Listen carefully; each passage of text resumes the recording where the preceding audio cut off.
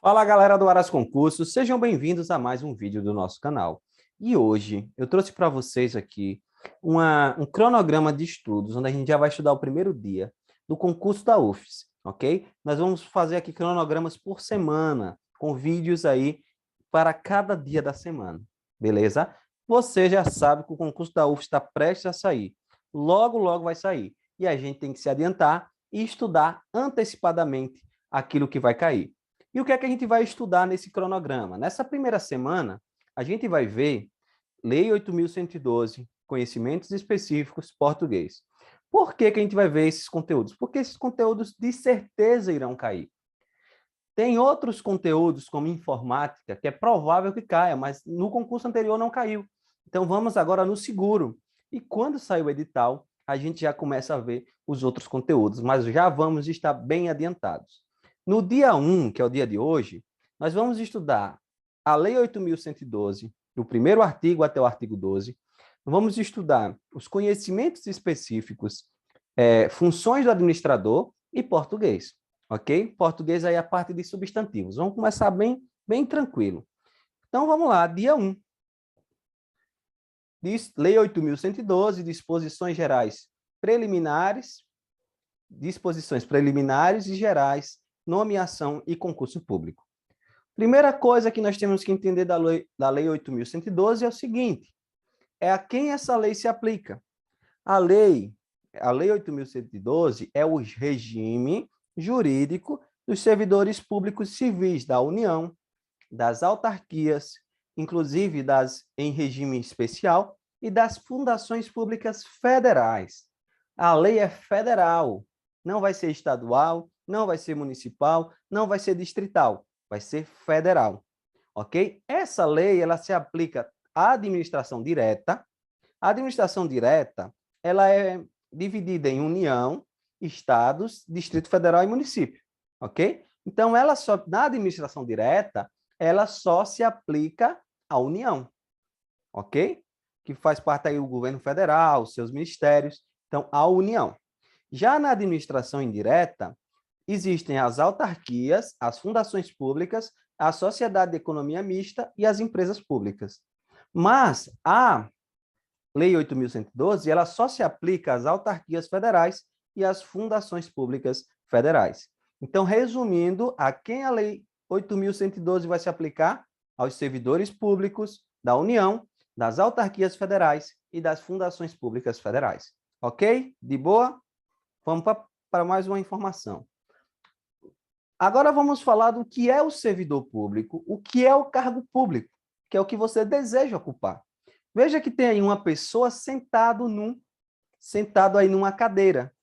A pessoa sentada, ou como a gente chama, investida na cadeira, é o servidor. E a cadeira é o cargo público. Então, o que é que nós temos aí? No artigo 2 da Lei 8.112, nos dá o conceito de servidor.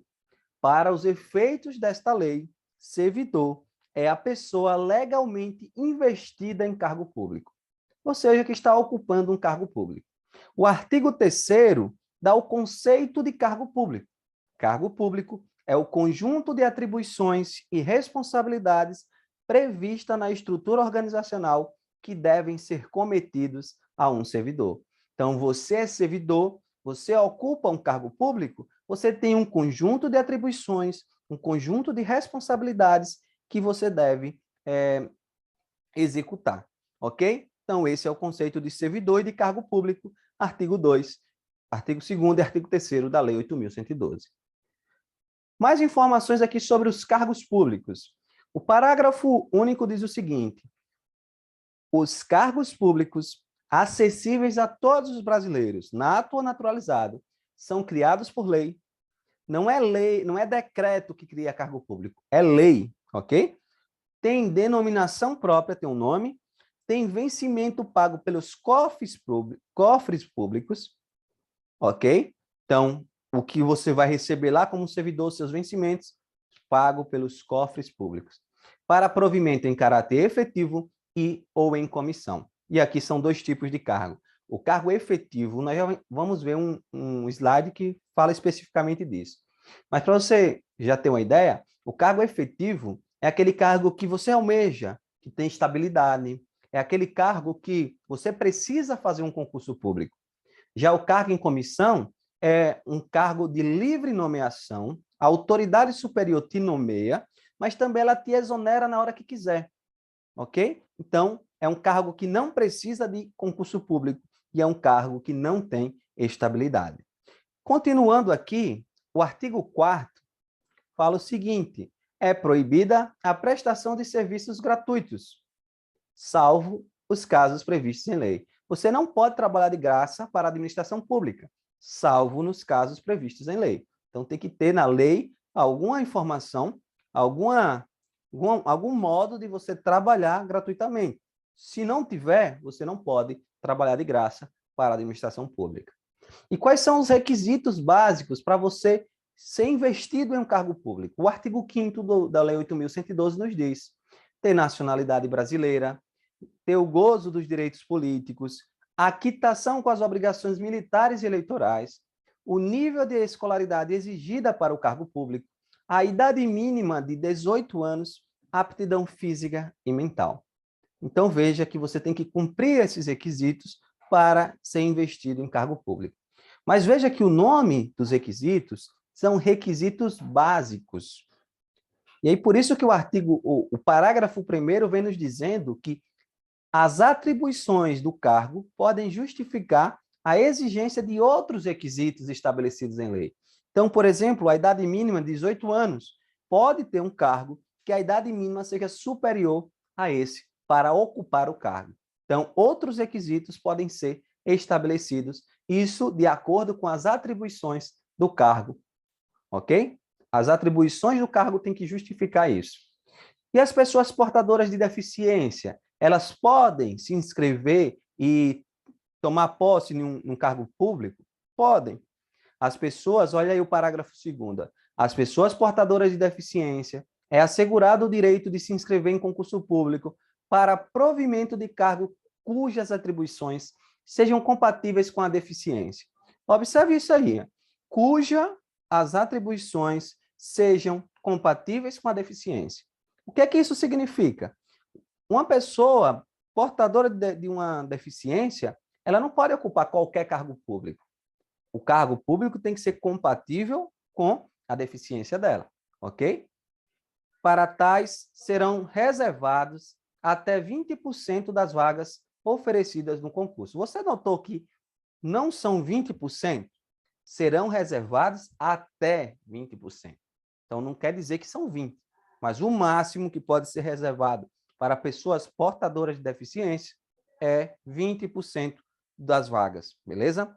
Aí, o parágrafo 3º nos diz o seguinte, porque aqui, o primeiro requisito básico para investidor em cargo público é a nacionalidade brasileira. Então, talvez alguém possa pensar, então, uma pessoa, um estrangeiro, não pode ocupar um cargo público, mas pode. Olha o parágrafo 3º. As universidades e instituições de pesquisa científica e tecnológicas federais poderão prover seus cargos com professores, técnicos e cientistas estrangeiros, de acordo com as normas e os procedimentos dessa lei.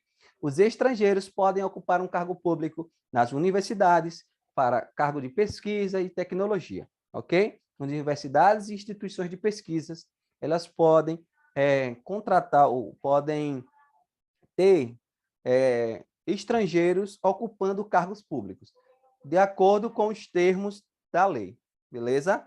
Então, vamos mais. O provimento dos cargos públicos far-se-á mediante ato da autoridade competente de cada poder. Então, cada poder terá uma autoridade que vai nomear ali, vai dizer como vai ser ocupado o cargo público.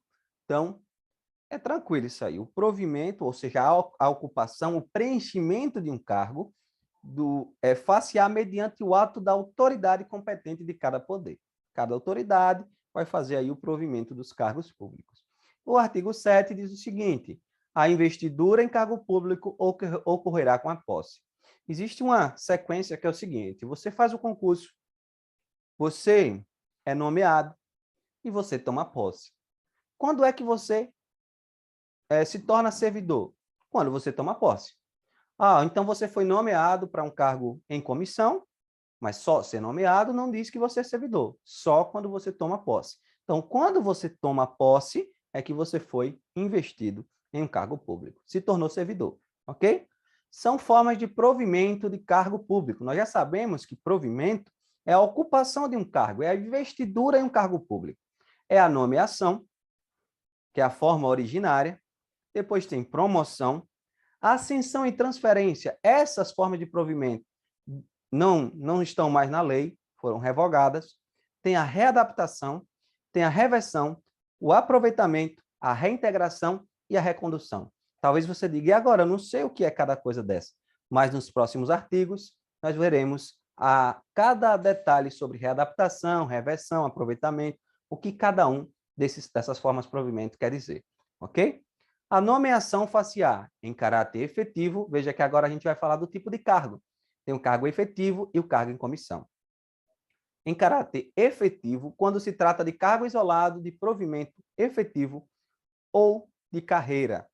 Cargo isolado e cargo de carreira depende aí das classes. Se um cargo tem várias classes que você pode ir subindo, sendo promovido, ele é um cargo em carreira. Se ele não tem classes, ou seja, você está ocupando aquele cargo naquele nível, vai ficar naquele nível a vida toda, não vai mudar, não vai ter promoção. Então, ele é um cargo isolado, beleza? O cargo em comissão é aquele que a gente falou que é livre nomeação, livre exoneração. Não precisa de concurso público. Vamos ver aí a diferença. Cargo efetivo, depende de concurso público. Tem estabilidade após passar do estágio probatório de 3 anos. Pode ser de carreira, quando tem classes, e pode ser isolado, quando não tem classes. Então, não tem como você subir e descer. Fica ali naquele ponto. Cargo em comissão. Não precisa de concurso público. Não tem estabilidade. É de livre nomeação e livre exoneração. Quando você quiser, quando a autoridade quiser te chamar, ela te chama para ocupar o cargo. Mas também, quando ela quiser te mandar embora, não tem que justificar nada. E são cargos de direção, chefia e assessoramento. Esses são os cargos públicos aí em comissão e efetivo. O que você está procurando, fazendo concurso para a UFES, é um cargo público efetivo, beleza? Parágrafo único. O servidor ocupante de cargo em comissão ou de natureza especial poderá ser nomeado para ter exercício interinamente em outro cargo de confiança, sem prejuízo das atribuições do que atualmente ocupa, hipótese em que deverá optar pela remuneração de um deles durante o período de interinidade. Então, você é um servidor ocupante de cargo em comissão, ou um cargo de natureza especial, e você é nomeado para outro cargo, de forma interina. Então, você pode ocupar aquele cargo, mas aí você vai ter que escolher por uma das remunerações durante o período que você está ocupando outro cargo de maneira interina, ok? Tranquilo aí.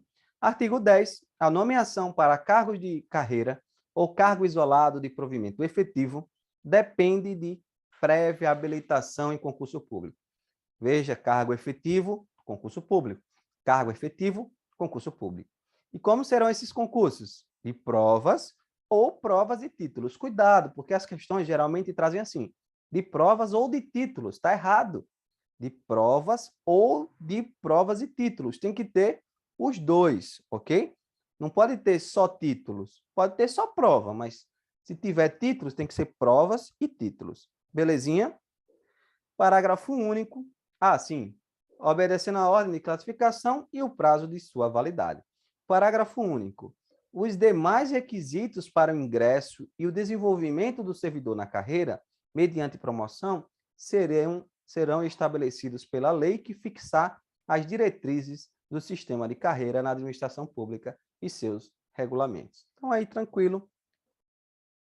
Parágrafo 11 e 12, os últimos que iremos ver hoje, fala o seguinte: o concurso será de provas ou de provas e títulos, dependendo ou podendo ser realizado em 2 etapas, conforme dispuserem a lei e o regulamento do respectivo plano de carreira, condicionada à inscrição do candidato, você tem que se inscrever, ao pagamento do valor fixado no edital, quando indispensável ao seu custeio e ressalvadas as hipóteses de isenção nele expressamente prevista. Então, você tem que se inscrever no no concurso, que será de provas ou de provas e títulos.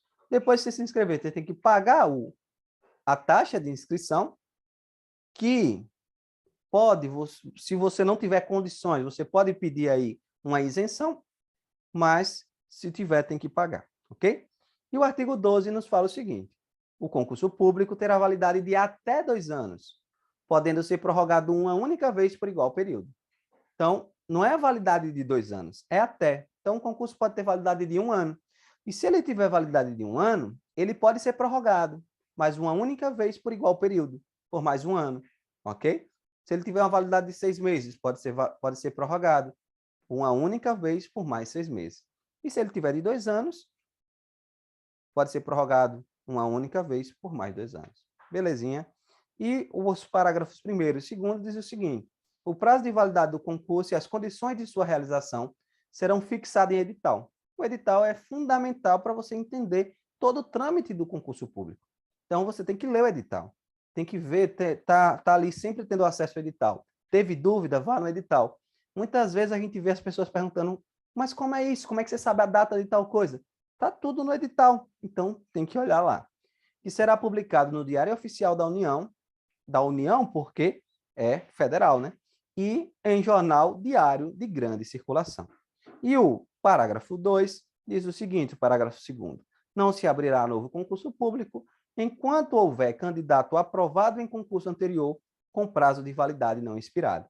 Então, se tem um candidato, o candidato ele está aprovado, o concurso não passou ainda a validade, então não pode abrir um outro concurso.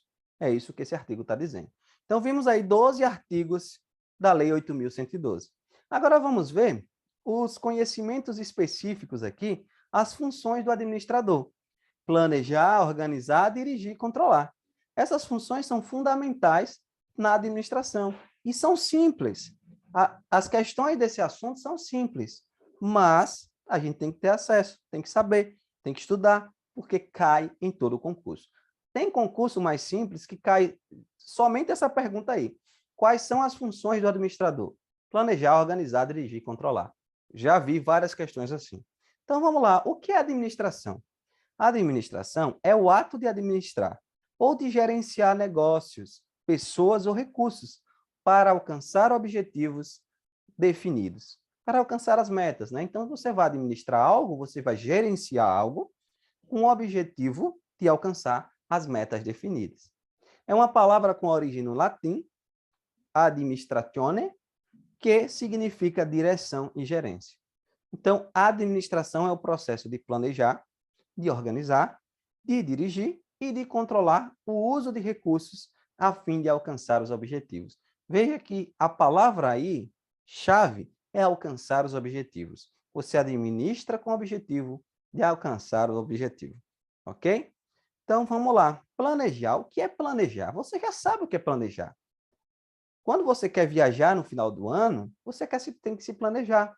Então, você vai lá, começa a juntar o dinheiro, começa a olhar para onde você quer viajar, quanto vai gastar, fazer reserva. Então, isso é planejar.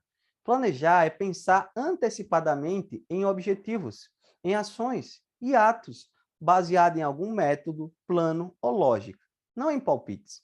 O planejamento produz planos que se determinam estratégias, diretrizes, táticas ou procedimentos de forma racional. Então, você planeja tudo a fim de quê? De que os objetivos sejam alcançados. Ou seja, no final do ano, você vai conseguir viajar.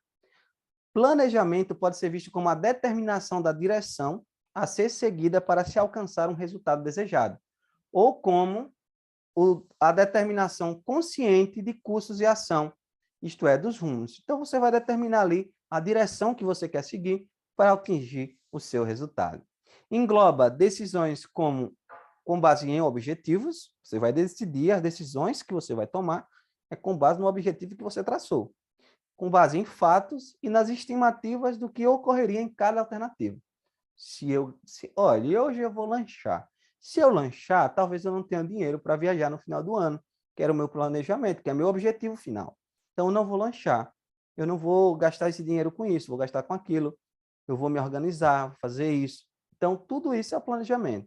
Planejar é, portanto, decidir antecipadamente o que fazer, de que maneira fazer, quando fazer e quem deve fazer. Veja que você vai pensar tudo antecipadamente no planejamento.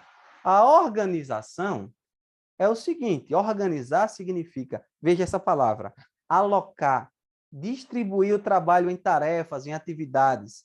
A autoridade estabelecendo relações hierárquicas e coordenativas e os recursos na organização, criando uma estrutura organizacional, composta pelo conjunto de unidades organizacionais e relações funcionais. Então, você vai alocar, distribuir o trabalho, distribuir a autoridade, quem é que manda em quem, organizar os recursos, isso tudo está na organização do administrador. Ao desempenhar a função de organização, os administradores definem a estrutura organizacional. Quem é o chefe manda em quem, como é que vai ser esse sistema, vai ter aqui os departamentos. Então, isso é a organização. É a forma pela qual as atividades de uma organização são divididas, organizadas e coordenadas. Ou seja, o instrumento de operação do planejamento. Permite transformar um modelo teórico, traçado no planejamento, em uma ação organizacional, que levará ao alcance dos objetivos. Então, isso é organizar. E o dirigir? Dirigir tem a ver com pessoas. Toda vez que você olhar uma questão sobre dirigir, você tem que pensar em pessoas. Significa dizer às pessoas o que fazer e conseguir que elas façam da melhor forma possível. Para isso, o administrador precisa comunicar, liderar e motivar. Então, aí a liderança, a comunicação, ela é muito importante na direção, porque você vai lidar com pessoas. Você vai ter que convencer as pessoas a fazerem aquilo que você quer e elas ainda ficarem felizes com isso. Então, dirigir requer aí do administrador uma habilidade muito grande com pessoas, beleza? Controlar é verificar se os atos realizados estão de acordo com os planos, ou seja, se os atos individuais ou coletivos levam realmente à ação governamental ou organizacional em direção aos objetivos estabelecidos. Você está indo num caminho. Será que esse caminho ele está me levando àquilo que eu quero? Então, você está controlando, você está analisando, monitorando. Veja que essa palavra vai cair várias vezes em questões. Monitorar, controlar e monitorar, ok? Lacombe, ele conceitua controlar como assegurar que as atividades da organização levam-na em direção aos objetivos. Isso envolve medir o desempenho, comparar com o desejado e tomar as medidas corretivas necessárias. Então, você vai controlar e vai verificar se aquilo que está sendo executado está de acordo com aquilo que você planejou para atingir o objetivo. Ok? Então, essas são as funções do administrador. Planejar, organizar, dirigir e controlar. E agora vamos ver aqui conteúdo de português, classes de palavras, e vamos começar pela mais simples, substantivos. Embora tenha questões que são complicadinhas, porque você tem que saber muitas informações sobre substantivo. Às vezes você não sabe se é masculino, se é feminino, porque não é uma coisa que a gente usa corretamente no dia a dia, ou porque a gente não usa mesmo, não sabia nem a existência daquela palavra. Então, por isso que é importante a gente dar uma olhada nos substantivos. Substantivos. O que é um substantivo? Substantivo é a classe gramatical que dá nome aos seres, dá nome às coisas, aos espaços, aos sentimentos. O substantivo é assim chamado por dar significado às substâncias, sejam elas concretas ou palpáveis, sejam apenas mentalmente apreendidas como substâncias, tais nomes, qualidades, estados, processos, entre outros. Então, substantivo é aquilo que dá nome às coisas, aos seres. Podem ser seres concretos ou seres que só são entendidos mentalmente, como os sentimentos, por exemplo. Então, o amor, por exemplo, o amor é um substantivo, uma cadeira é um substantivo. Vamos conhecer aí alguns tipos de substantivo. Substantivo comum, substantivo próprio. O substantivo comum é um nome genérico que se dá a um grupo de seres ou de objetos. costuma vir em letra minúscula, como, por exemplo, sofá, cadeira, amor, partida, livro, mar, lua, é algo comum, ok? Agora, o substantivo próprio é o nome que se dá especificamente a um ou alguns indivíduos ou objetos, de um grupo de seres ou de objetos, ok? Então, você vai escolher um grupo. Se eu falo de mulher, por exemplo, é algo comum. Se eu falo de Paula, estou falando de uma mulher específica. Se eu falo de Sara, uma mulher específica, ok? Então, quando a gente fala assim de algo específico, nós estamos utilizando o substantivo próprio. Se eu falo de algo mais geral, mais genérico, substantivo comum, ok? Então, exemplos aí de substantivos próprios: Joana, Francisco, Paulo, etc. Mulher é comum. Paula, próprio. Escritor, comum. Machado de Assis, próprio. Então, falando especificamente de algum. Ok? Ou mais, substantivo concreto e abstrato. O substantivo concreto é o nome que se dá ao substantivo cuja existência independe de outro ser. Nesse caso, o pensamento apresenta sua existência como própria e independente de outra. Por exemplo, o professor, caneta, existe. Existe. Gato, fogo, enchente, dragão e etc. São coisas que existem, ok? Agora, e não depende de outro ser. Inclusive Deus. Ah, mas alguém pode pensar, mas que ele existe ou não, não vamos discutir isso. Para concurso, Deus existe, ok? Substantivo abstrato é o nome que se dá ao substantivo cuja existência depende de um ser concreto para existir. Sem o ser concreto, o substantivo abstrato não é capaz de ser produzido. O ensino, a sede, calor, são sentimentos, ok? Ternura, misericórdia, imaginação, tudo isso são substantivos o quê? Abstratos. Por que são abstratos? Porque depende, não existe o ensino sem pessoas, sem um ser. Não existe a sensação de calor sem um ser, a sensação, né? Não existe a sensação de misericórdia sem um ser. Então, essas coisas dependem aí da existência de um ser, logo é abstrato. Substantivos primitivos e substantivos derivados. Os primitivos é aquele cujo nome não se origina de outro nome. E os derivados são aqueles que o nome se origina de outro nome. Pedra, por exemplo, primitivo. Pedreira. Pedreira se origina de pedra. Logo, é um derivado. Lago, primitivo. Alagado vem de lago. Então, derivado. Flor, primitivo. Floresta vem de flor. Então, é derivado. E assim vai. Amor, amoroso, fome, esfomeado, etc. Então, substantivos aí simples e compostos.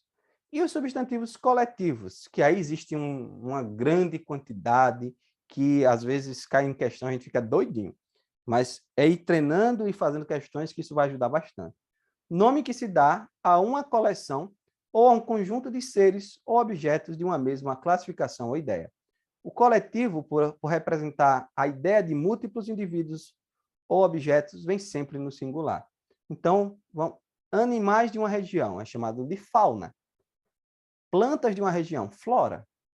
Pessoa, povo. Uma pessoa, um grupo de pessoas é o povo. Um grupo de peixes, cardume. Um grupo de lobos, alcateia. Um grupo de ilhas, arquipélago. Um grupo de músico, banda. Um grupo de árvore, floresta. E aí tem outros e outros que somente com a resolução de questões, com a leitura, é que a gente consegue identificar. Então, esses são os conteúdos do dia 1. Deixe seu comentário se ficou alguma dúvida, se não entendeu alguma coisa. Deixe seu comentário, se inscreva no canal, deixe seu like e voltamos aí com o conteúdo do dia 2, que já está aqui prontinho para vocês, ok? Então, façam suas anotações, estudem que vale a pena, a mudança vai chegar. Valeu!